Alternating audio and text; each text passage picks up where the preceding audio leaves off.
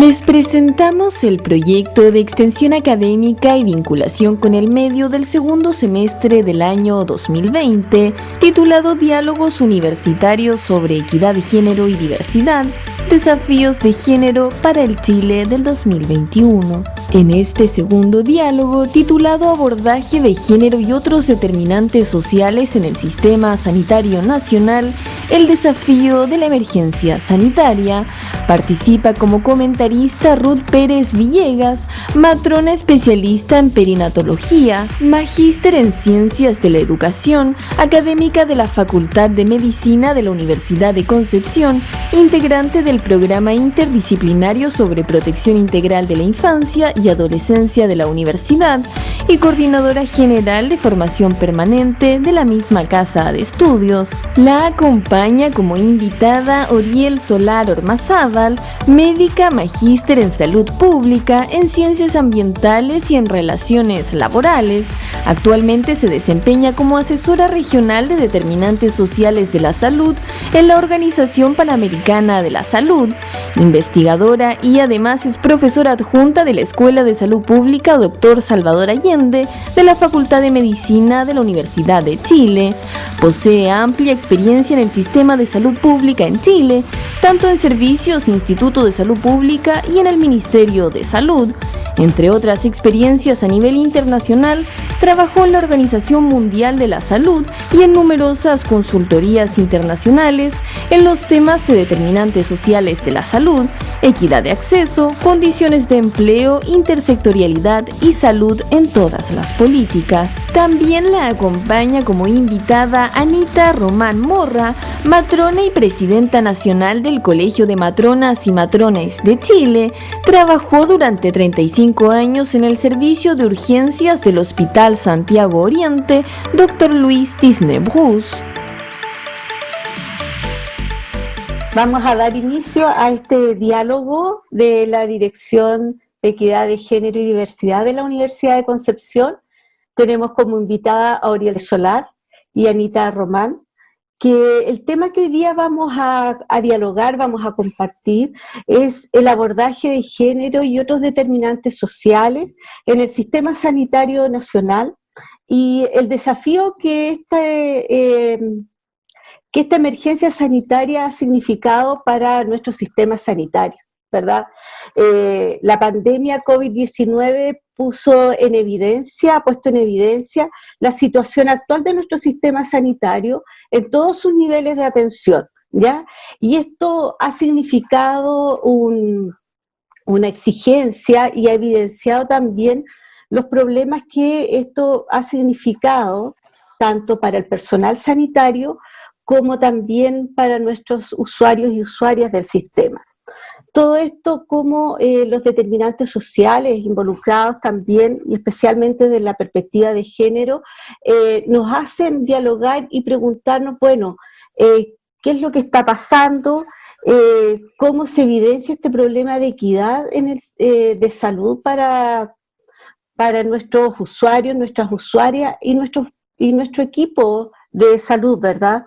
Así que las quiero invitar a que dialoguemos sobre ese primer aspecto que tiene que ver con equidad en salud, sus determinantes y el sistema sanitario actual en nuestro país.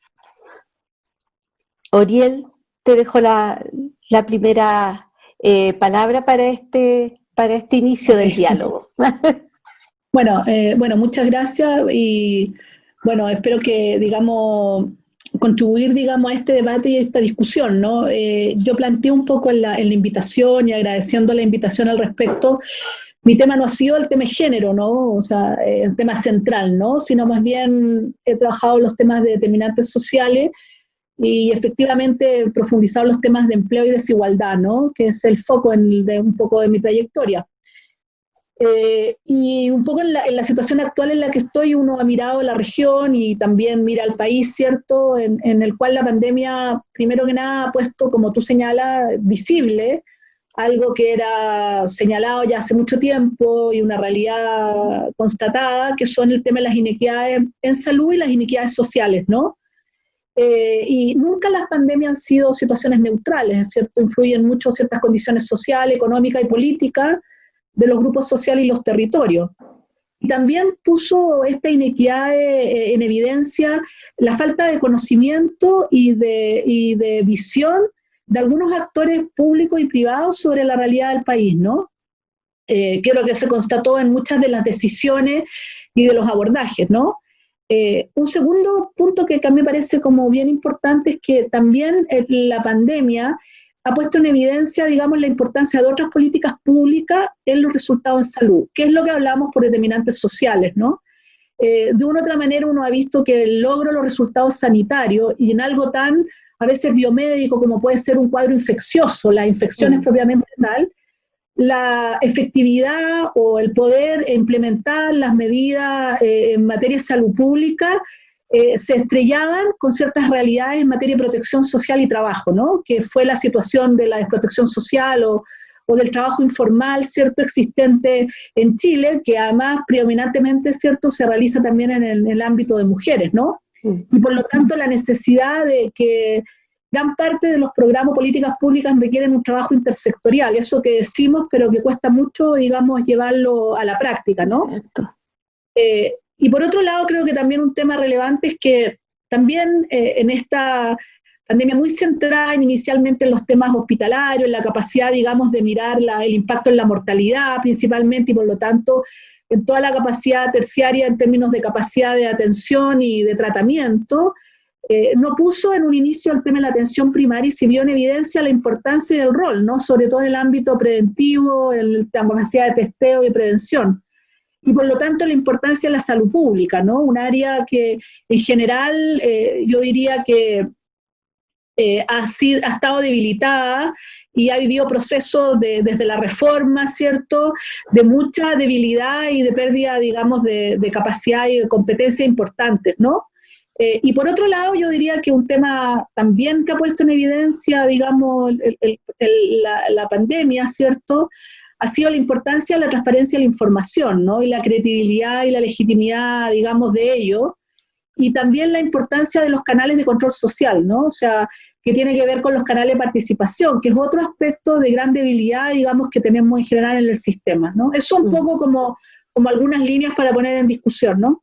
Exactamente. Anita, desde la perspectiva de profesional en el ámbito sanitario, ¿cómo esta pandemia puso en evidencia algunas necesidades, debilidades también con respecto a la protección de los equipos de salud y a las realidades que emergieron frente a esta emergencia sanitaria? La verdad es que yo lo que quiero es sumarme al análisis que hace Oriel, porque voy a hablar desde la perspectiva como profesional de salud sexual y salud reproductiva.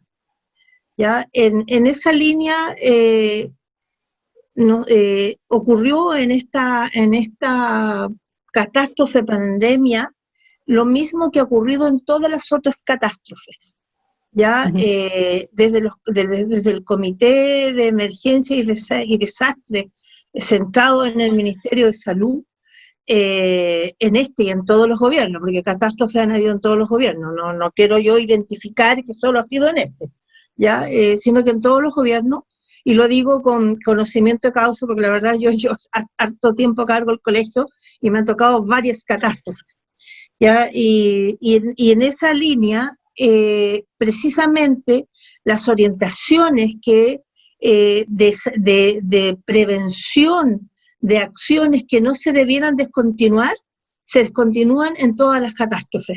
Y quienes más las sufren son las mujeres, porque la primera actividad que se descontinúa es la actividad de salud sexual y de salud reproductiva. No hay ninguna catástrofe en que nosotros no tengamos que instalar en las autoridades tanto centrales como territoriales el abordaje de la entrega de métodos de regulación de fertilidad, el abordaje del control de la gestación como un tema central de continuidad. ¿Y por qué me quiero sumar al análisis que hace Oriel? Porque efectivamente acá hay un tema intersectorial, ¿ya? Y quienes más pagan esta falta de visión, de organización de salud pública dentro de una catástrofe, son precisamente las mujeres trabajadoras, ¿ya? porque si nosotros por lo menos lo hemos visto como colegio, hemos hecho el análisis como colegio, y yo en particular, puesto que he integrado este último tiempo el apoyo, por ejemplo, a la ratificación del convenio 190 de la OIT, y cuando es un análisis de cómo se aborda también, incluso para ratificación de este convenio, no se mira ni se analiza de que en las catástrofes siempre se centran en aquellas personas que se pueden proteger de las catástrofes, no en las personas que no tienen el sustento diario y que por lo tanto con pandemia, con terremoto, con tsunami, las personas más vulnerables tienen que salir a buscar ese sustento. Y en este caso de pandemia, salir a buscar este sustento significó que para un buen grupo de la población no hubo prevención del contagio, porque no podían prevenir el contagio. Cuando se hablaba de distanciamiento social, arriba de 1 metro, imposible tener 1 metro de distancia, eso no se abordó. Cuando se trataba de hacer teletrabajo, nosotros no le podíamos pedir a muchas mujeres trabajadoras de casas particulares que hicieran teletrabajo. Tuvieron que ir a trabajar. Tampoco se abordó qué significó para muchas mujeres el teletrabajo, sin tener ni los medios tecnológicos para conexión, ya ni tampoco la cantidad de medios tecnológicos en su hogar, ni el cuidado de los hijos. Entonces, por eso yo quiero sumarme, lo repito, a lo que dice Ariel, porque en un comienzo de esta catástrofe nosotros vimos que íbamos a cometer el mismo error de todas las otras catástrofes. Nos acercamos en el segundo minuto de la autoridad y le dijimos, nos pasó esta cosa en el aluvión, nos pasó esta cosa en el tsunami, nos pasó esta cosa en el terremoto. Por favor, centrémonos en que por lo menos en salud pública, ya si hacemos un ordenamiento lógico de la entrega de las acciones de salud, hay acciones que no debieran haberse descontinuado. Porque en el caso nuestro, las matronas no somos matronas profesionales COVID. Fuimos primera línea en nuestra acción, en nuestra actividad, en salud sexual y en salud reproductiva. Sin embargo, no fuimos consideradas, no me refiero como matronas, me refiero a los elementos de protección en tanto institución. Costó mucho que se nos entregaran los elementos de protección personal en un comienzo a todas las áreas del hospital. Costó muchísimo que se firmaran incluso los protocolos que planteaban cómo se iba a manejar ya la gestación en caso de contagio. Y hoy día tenemos una población muy poco, muy poco, a ver, ¿cómo para no ser peyorativa?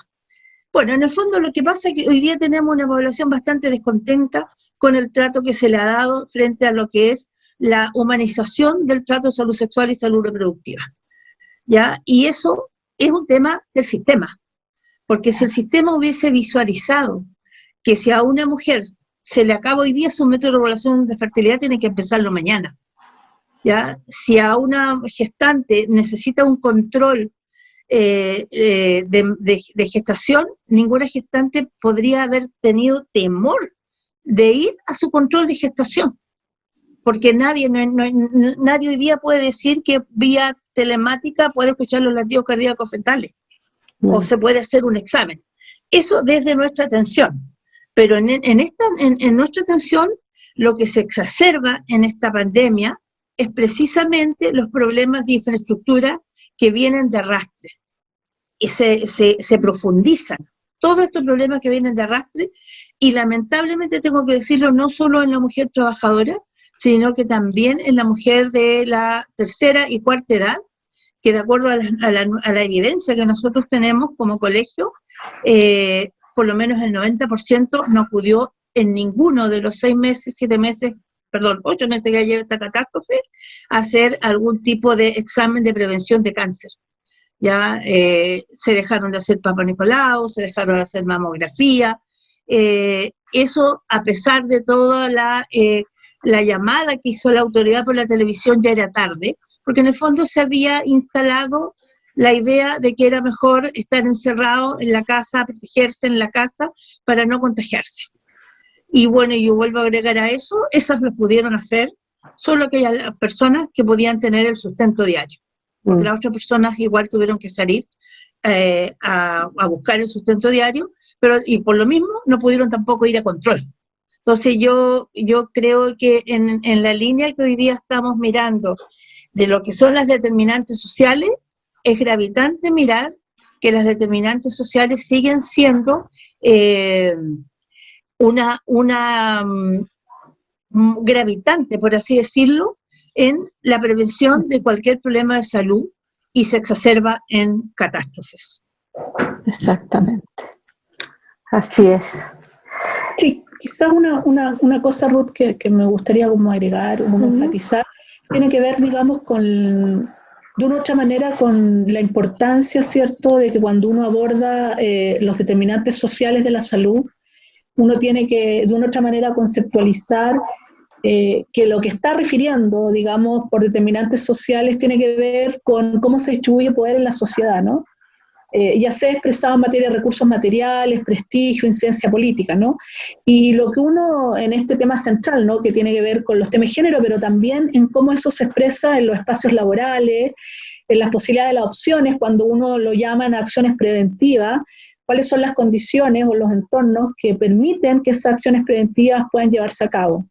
Y también un tema central, ¿no?, que si bien uno establece ciertas medidas o acciones que son estándar, en términos de recomendación, ese estándar tiene que ser adaptado y adecuado a las realidades y los contextos de los distintos grupos sociales, ¿no? Uno tiene que reconocer la heterogeneidad, ¿no? Y por lo tanto la vulnerabilidad no es un atributo individual, sino que son las condiciones sociales que hacen que ciertos grupos o territorios estén en una condición de mayor vulnerabilidad.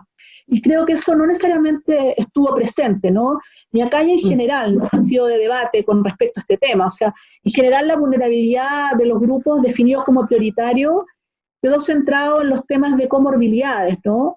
En términos pensando el impacto en mortalidad, y no pensando en esas condiciones preexistentes de situación, digamos, de condiciones adversas para poder responder a la pandemia, de dificultades para implementar las medidas, por barreras concretas en términos de lo que un poco también refería, ¿cierto?, Anita, en relación al empleo, en relación a las condiciones de vivienda, ¿cierto?, y las mismas medidas, ¿no?, que en algunos grupos esas mismas medidas preventivas tenían un impacto o efecto negativo importante, ¿no?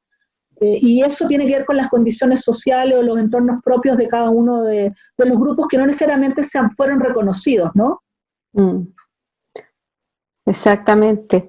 Y en eso también se vio afectado, y lo traigo aquí, el tema de quienes prestan estos servicios de salud. La Revista Médica de Chile en su último número sacó una investigación sobre salud mental en prestadores de salud, funcionarios y funcionarias.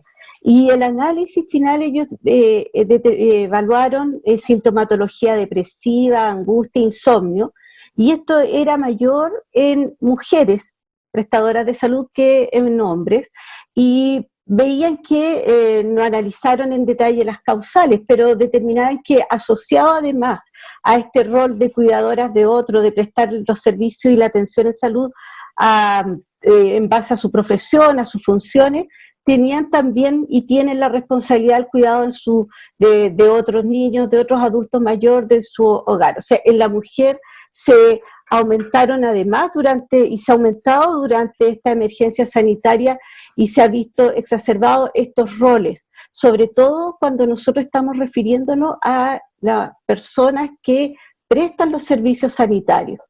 Y en ese contexto yo no sé qué evidencia podría señalarnos Anita o Oriel con respecto a cómo visualizamos esto desde la perspectiva de género, esta situación en que se reafirma o se aumenta estas exigencias en las mujeres trabajadoras en el ámbito de la salud. Las personas que trabajamos en salud o brindando servicios, el 70% somos mujeres. ya eso es así, somos estadísticamente o somos profesoras, o somos trabajadoras de la salud, o somos vendedoras de un retail, pero habitualmente las prestadoras de servicio somos mujeres, ¿ya? Y eso es lo que hoy día tendríamos que entrar a analizar, cómo en cada uno de estos lugares de trabajo se abordó la salud mental no solo de los trabajadores, sino que la familia en general. Cuando uno habla con el grupo de los profesores y las profesoras, el profesorado tuvo que adaptarse desde su forma presencial a una forma online, una forma más tecnológica de entregar sus conocimientos, sin las herramientas o sin el conocimiento, si en la casa de la persona que estaban educando ya tenían las herramientas, por un lado. Por otro lado, a todas las mujeres trabajadoras que tuvieron que hacer su teletrabajo, cumplieron un doble y triple rol. Eso ya está estudiado, incluso la Central Unitaria de Trabajadores lo planteó hace menos de 10 días en un foro internacional, porque esto no solo fue en Chile, en América Latina en general, cómo la mujer hacía un triple papel de cuidadora, de profesora, de dueña de casa, teniendo en cuenta que también como mujeres prestadoras de servicio, el 40% de las mujeres prestadoras de servicio son jefas de hogar, no hay más en la casa. Entonces, además, no es que no tuviera ayuda, era la única. Y en salud ahí tenemos otro problema mayor, porque si efectivamente se tomaron los resguardos iniciales de concentrar las actividades tal como lo planteó Ariel en el riesgo vital, porque así se organizó la entrega de la acción sanitaria en un comienzo, ya concentrados todos en el riesgo vital, se concentró, por lo tanto, en este riesgo vital a todas las personas que trabajan en salud.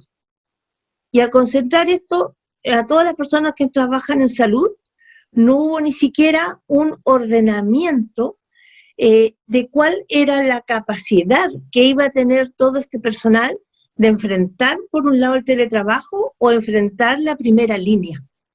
Y nos vimos con una imposición de estructura laboral donde jamás la trabajadora fue considerada, con 24 horas de turno, sin considerar las lejanías o la cercanía que vivían, si tenían o no con quién dejar su casa. Y al poco andar de la pandemia, obviamente, las primeras apuestas que tuvo que hacer precisamente el Ministerio de Salud fue el abordaje de la salud mental de los trabajadores de la primera línea. Entonces yo creo que evidentemente un país tan lleno de catástrofe no debiera habernos presupuesto tan desorganizadamente enfrentar esta catástrofe. No quiero decir, estamos frente a una pandemia, obviamente, mucho más larga que una catástrofe que puede durar el evento 10 minutos o quizás una tarde, ya con las consecuencias posteriores. Todavía estamos frente a la pandemia. Exacto. Pero resulta que las condiciones económicas de la gran mayoría del país, incluso estamos hablando de la empresa, amerita que las condiciones en las que se enfrentó la catástrofe hoy día tienen que ser otras. Y como tienen que ser otras, nos vemos con todos estos grupos sin poder afrontar una vuelta a la normalidad, por así decirlo, con elementos que efectivamente protejan su salud comunitaria, su salud familiar, su salud mental. Uh-huh. Yo creo que eso es uno de los temas que debiéramos efectivamente estudiar en profundidad. Sí, siguiendo un poco, coincidiendo con lo que señala, digamos, Anita, de una otra manera uno cuando lo vincula con el tema empleo, ¿cierto? Uno releva tres aspectos, ¿no? Un poco la carga significa la tarea del cuidado que ya se ha señalado, ¿cierto? Y que recae principalmente en las mujeres, en la mayoría de los hogares. y que sobre todo se suma al cierre de escuelas y jardines infantiles con una sobrecarga importante, sobre todo para aquellos en que tenían una tarea fundamental definida como esenciales, ¿no? Primera línea en el término del personal de salud. Y los temas de salud mental, ¿cierto?, repercuten directamente en esos grupos. Y también no hay que perder de vista que hay otros grupos que siguieron trabajando con tareas esenciales, quizás no tan visibles, ¿no? Pero en ese sentido también con un impacto importante en lo que significaba, ¿no? La incertidumbre y la situación, ¿no? No solo la preocupación con respecto al trabajo mismo, sino lo que implicaba en términos del riesgo a la situación familiar, ¿no? Yo creo que eso es muy duro para aquellos, digamos, que de una otra manera tuvieron que tomar largas jornadas distantes de la familia o estableciendo precauciones adicionales con respecto al riesgo, ¿no? También creo que ahí hay un aspecto clave que esta pandemia impacta principalmente también mujeres en términos de pérdida de empleo y situaciones de falta de acceso a beneficios. Muchos de los beneficios sociales que se establecen en Chile y en la región no necesariamente cumplen requisitos para el tipo de empleo en el cual se inserta la mayoría de las mujeres en un carácter más bien informal o precario, ¿no? Y por lo tanto quedan fuera muchas veces de estos beneficios que sean limitados o sean lo comprensivo necesario, pero quedan fuera de ello, ¿no? Y se suma a esto, ¿cierto?, que en ciertas condiciones de hacinamiento, de falta, digamos, de ingreso, no es menor recordar que no más del 23% de la población que trabaja en general puede en realidad realizar teletrabajo, ¿no? Ni siquiera estoy hablando de que se cumplan las condiciones en las viviendas de internet y condiciones de infraestructura, sino que por el tipo de trabajo no más del 23% puede hacerlo, ¿no? Y por lo tanto el resto, cualquier situación de confinamiento implica una situación de desvinculación o pérdida del empleo frente a falta de protección social o la falta de salud laboral. Y en esas condiciones, digamos, de pérdida de autonomía económica y medios de subsistencia, también dejan, digamos, a las mujeres en una situación de gran, digamos, pérdida de poder al interior de los hogares vinculada a hacinamiento, y por lo tanto se ha relatado los temas del incremento, digamos, de violencia intrafamiliar y doméstica, ¿no? A las mujeres, a los niños, a los adultos mayores. Tema que quizás Anita puede relatar mejor que yo, ¿no? Pero es una preocupación vinculado al punto anterior que señaló Anita, ¿no? La falta de continuidad de ciertos servicios, ¿no? Sobre todo los servicios, digamos, en materia, digamos, del área, digamos, de salud reproductiva, ¿cierto? Y el área de salud sexual en términos del acceso adecuado y de soporte y de acompañamiento, ¿no? Entonces, por lo tanto, también ahí se suman, ¿no?, nuevamente y se hacen sinergia una serie de condiciones previas, pero que se agudizan en el contexto de la pandemia y también de las medidas, ¿no?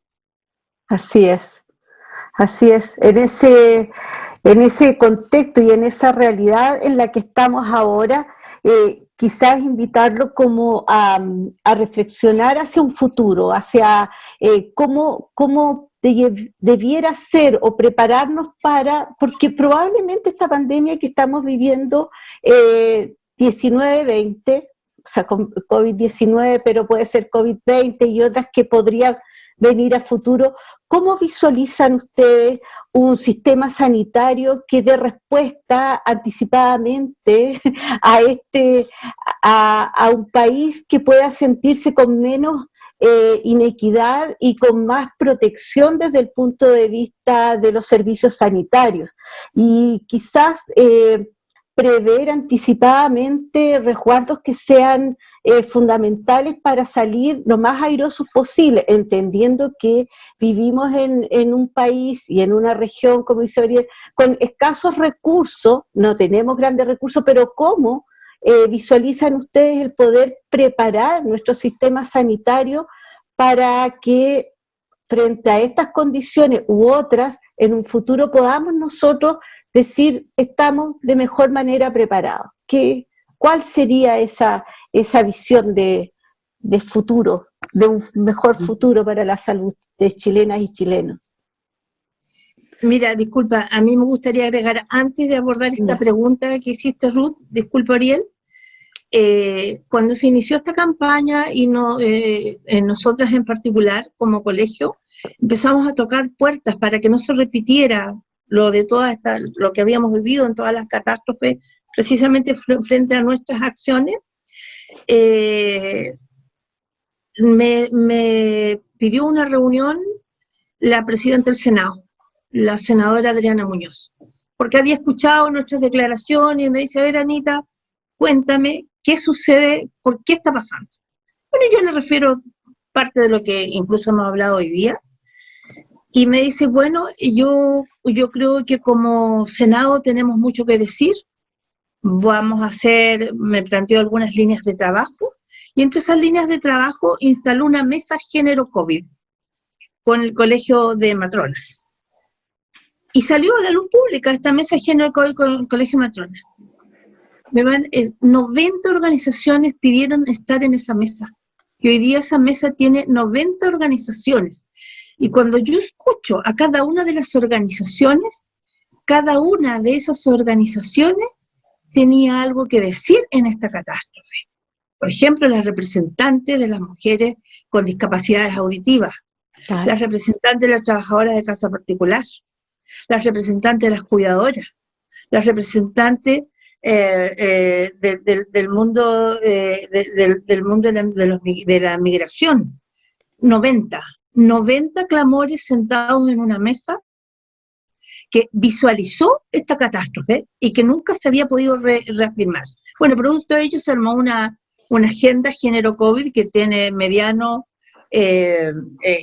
urgencias, mediana urgencia y urgencia a largo plazo, o sea, hay un trabajo a largo plazo, ya que probablemente en este actual sistema sean muy pocas cosas las que podamos resolver dentro de esa mesa. Yo tengo mucha esperanza, efectivamente, en un cambio constitucional que pueda entregar o desentrabar lo que impide que los derechos humanos sean entregados como corresponde, sobre todo desde el punto de vista de los derechos sociales, ¿ya?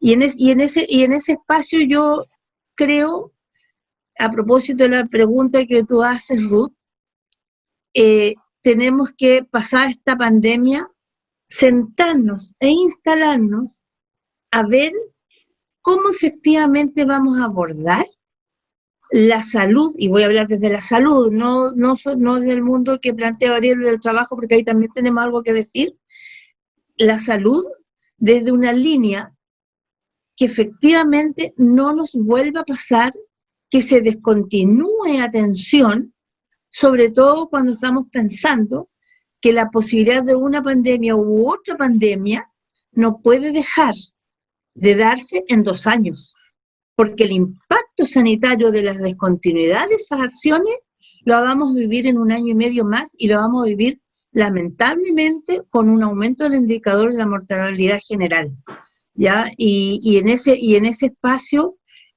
yo creo que nadie tiene hoy día una agenda lógica de trabajo para pensar en lo que yo puedo hacer o no al futuro, pero sí creo que debemos constituir mesas de trabajo para hacer un diagnóstico y proponer cómo avanzar en una nueva salud pública que proteja la salud de todas las personas en cualquier minuto de alguna catástrofe. ¿Y por qué lo dije? Porque partí nombrando a la senadora, porque una de las grandes propuestas que ella nos ha hecho, y vamos a sentarnos a trabajar en eso, es generar una ley que impida que en las catástrofes se descontinúe la salud sexual y la salud reproductiva y otras acciones que debieran haber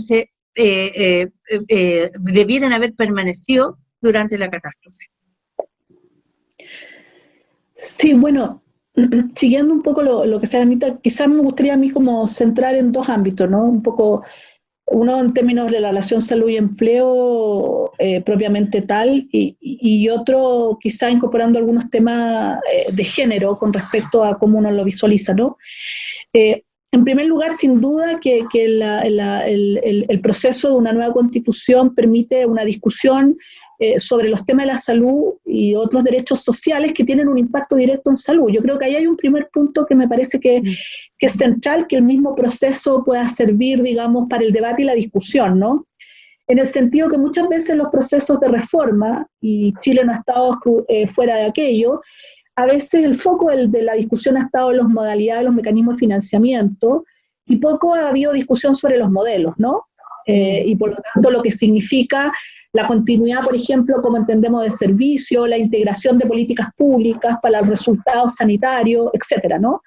Y acá ha sido evidente como, por ejemplo, el tema de protección social y empleo tiene un impacto directo en los resultados en salud o en la implementación de medidas preventivas. Y de una otra manera uno esperaría que eso esté de una otra manera cautelado a través de lo que es la nueva Constitución, ¿no? Algunos piensan que tiene que estar más bien en ámbitos generales, otros son más bien del planteamiento que tiene que ser lo más detallada posible en el sentido de asegurar el ejercicio de esos derechos, ¿cierto? Y eso va a ser parte del debate, ¿no? Pero a mí me parece que un primer elemento central es que hay una oportunidad, y también en el marco de la pandemia, ¿cierto? Lo que ha ocurrido a nivel de Chile, de la región y a nivel global, de poder replantear algunas situaciones en el marco de, entre comillas, de una nueva normalidad en que dé más justicia y más salud, digamos, al conjunto de la población, ¿no? Y eso es una apuesta, ¿no?, en el debate.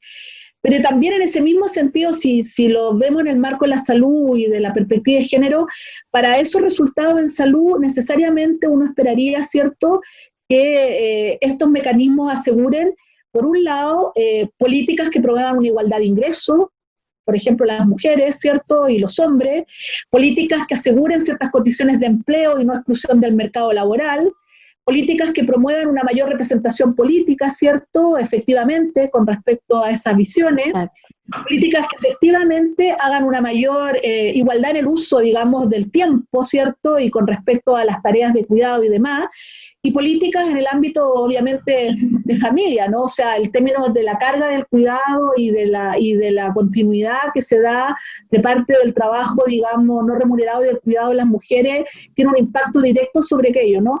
Entonces, por lo tanto, creo que están muy vinculadas, ¿no? Y uno espera, ¿cierto?, que esas nuevas visiones de salud tengan esta incorporación, porque sin ello posiblemente vamos a avanzar en los temas de reducción de desigualdad, ¿no? Exactamente.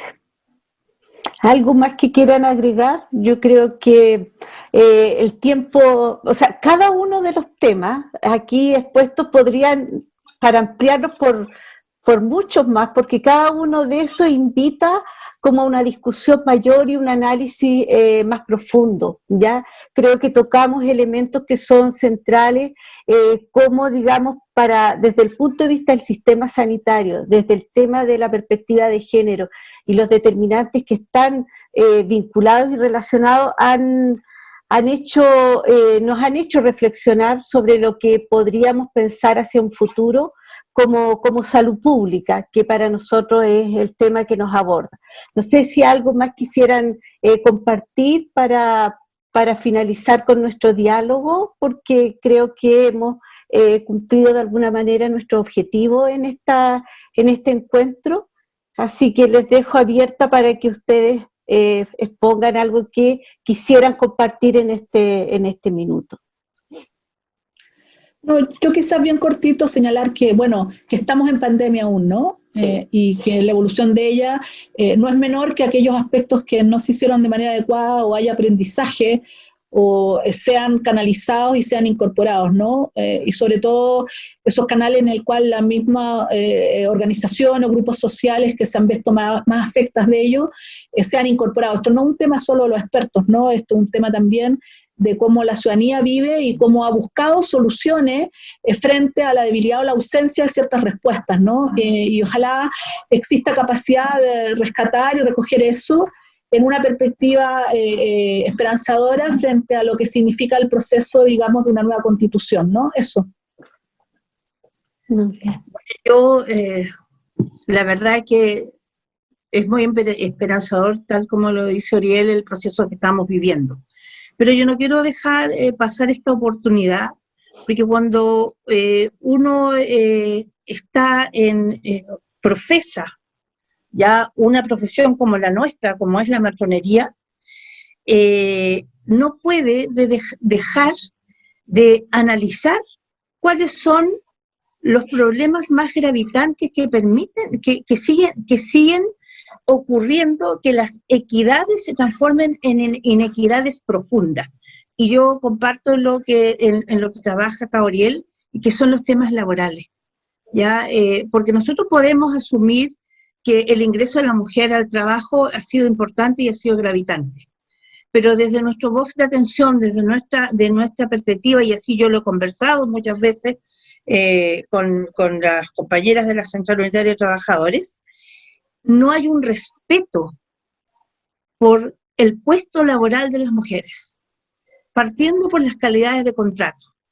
Todos los derechos que hoy día están instalados para proteger de alguna u otra manera los temas de salud, partiendo por los derechos maternos, están abocados a aquellas mujeres que tienen contrato formal, ¿ya? Y las mujeres con contrato formal no son más allá del 20% de la población laboral en general.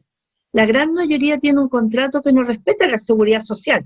Por lo tanto, en esa línea, los derechos, por ejemplo, maternos, consagrados en el Código del Trabajo, no son para todas las trabajadoras.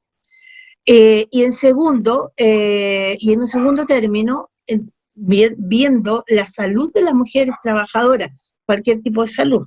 Voy a obviar la salud mental, que es el pariente pobre en todo nivel, también está supeditada a su contrato.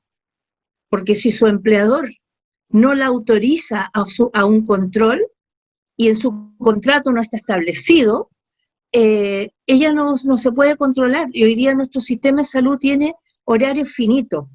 ¿Y cómo nosotros podemos comprobar como matrona que estos horarios son definidos en un horario que justo con los horarios laborales del resto de la población? Es porque sistemáticamente nosotros la matronería hemos tenido que hacer extensiones laborales para poder atender a aquellas mujeres que no pueden ir a su control de salud. Y aún así, nosotros nos encontramos también que gran mayoría de esa población no va a ese control de salud a pesar de la extensión horaria, porque tiene que ir a su trabajo doméstico. Y si nosotros analizamos que el trabajo doméstico es sumatorio en el cuerpo de la mujer al trabajo remunerado, créanme que nosotros tenemos un gran grupo de mujeres en este país que somatiza o se visualizan enfermedades ya en edades bastante tempranas. Y en ese espacio yo creo que una de los abordajes que tenemos que dar, y me alegro que esté Oriel en este espacio, ya es cómo desde el mundo laboral no hemos respetado sistemáticamente la salud de las mujeres trabajadoras. Porque lo que hemos hecho históricamente es respetar los derechos del empleo. Pero dentro de los derechos del empleo también debe estar consagrado el derecho a la mantención de la salud de las mujeres trabajadoras. Eso yo quería terminar y creo y tengo toda la esperanza de que lo podamos cambiar en una nueva carta fundamental. Así esperamos todos en realidad. Agradezco tremendamente su tiempo, su dedicación y entregarnos sus conocimientos, su experiencia y su vivencia como dirigente de una profesión eminentemente centrada en el trabajo de mujeres y siendo también mayoritariamente mujeres quienes lo ejercen. Agradezco a Oriel su experiencia académica, su recorrido y su bagaje que pudo compartir con nosotros en este encuentro de la Dirección de Género y Equidad y Diversidad de la Universidad de Concepción. Gracias y esperamos tenerlas de nuevo en otra oportunidad. Muchas gracias. Muchas gracias. Chao, un abrazo. Gracias por la invitación. Gracias a ustedes, se pasaron. Chao.